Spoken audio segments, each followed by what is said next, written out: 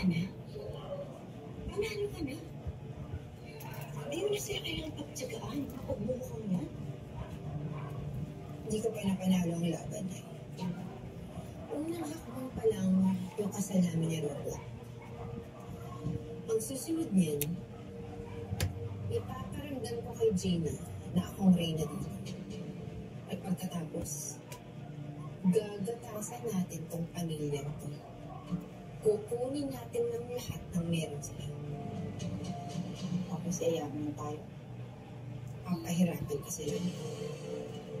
Ipapakita ko sa kanila na akong may hawak ng buhay nila. Kahit si Gina, wala siyang karapatang maging masaya. Wawasakin ko ang buhay niya. Ito ang simula ng impyerno niya sa mundo.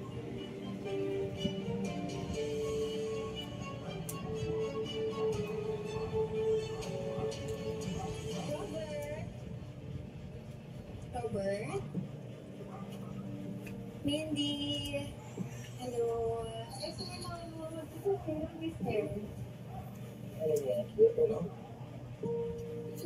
Mindy, andito na ang maganda mong lola.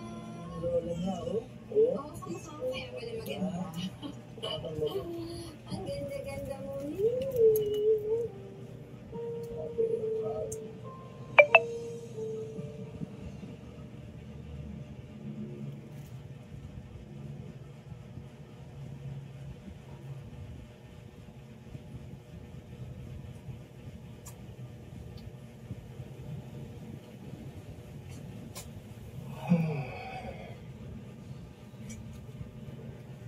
Mga love, hindi pa tayo matutulog. Ano?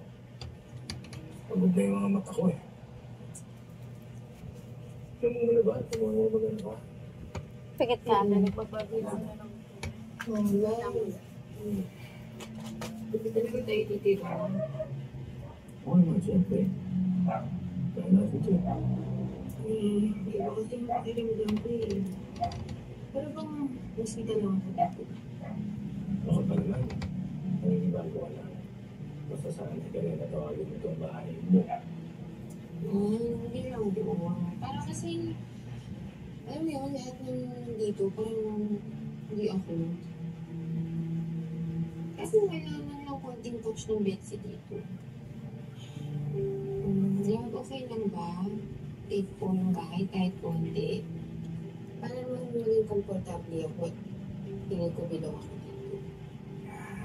Gusto ko. Ikaw ligaya mo yan. Of course, yung gusto mong gawin. Appreciate na papaano ba sa akin. Right? Talaga. Thank you, love. Pero pag kailangan ko yun, kailangan ko ng konting budget. Oh, budget. Hindi mo na. Sakto. Sakto ang dating nito. Tinan mo yung surprise ako para sa'yo. Oo, di ba? Nag-apply ako. Extension na ng credit card ko para wala ka ng budget. Ay, bait talaga ng asawa ko. Pero, magkano yung limit nito? Para alam ko at di ako lumitas. Kapatay mo na may access tayo dito sa bangko.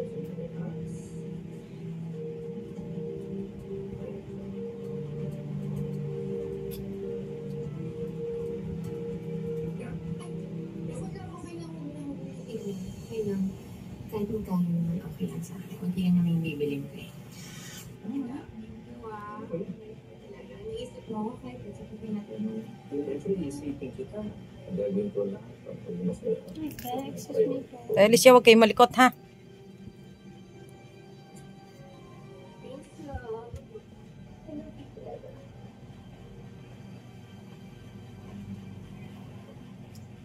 Oh, bahala niya.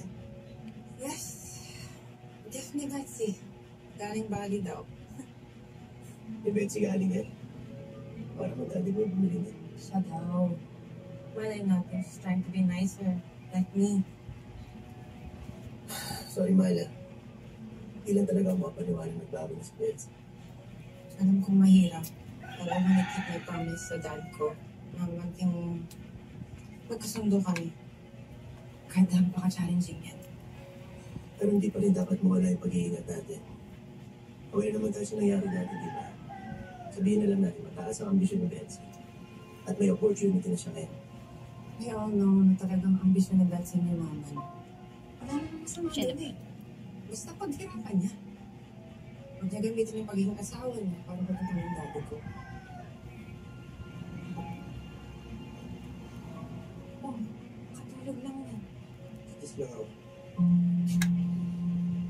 Kaya ate. Gary. Taste.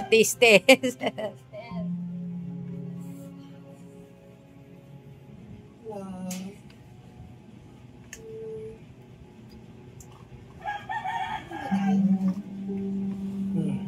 Huwag kang malikot, bunso ha. Text na to sa store manager.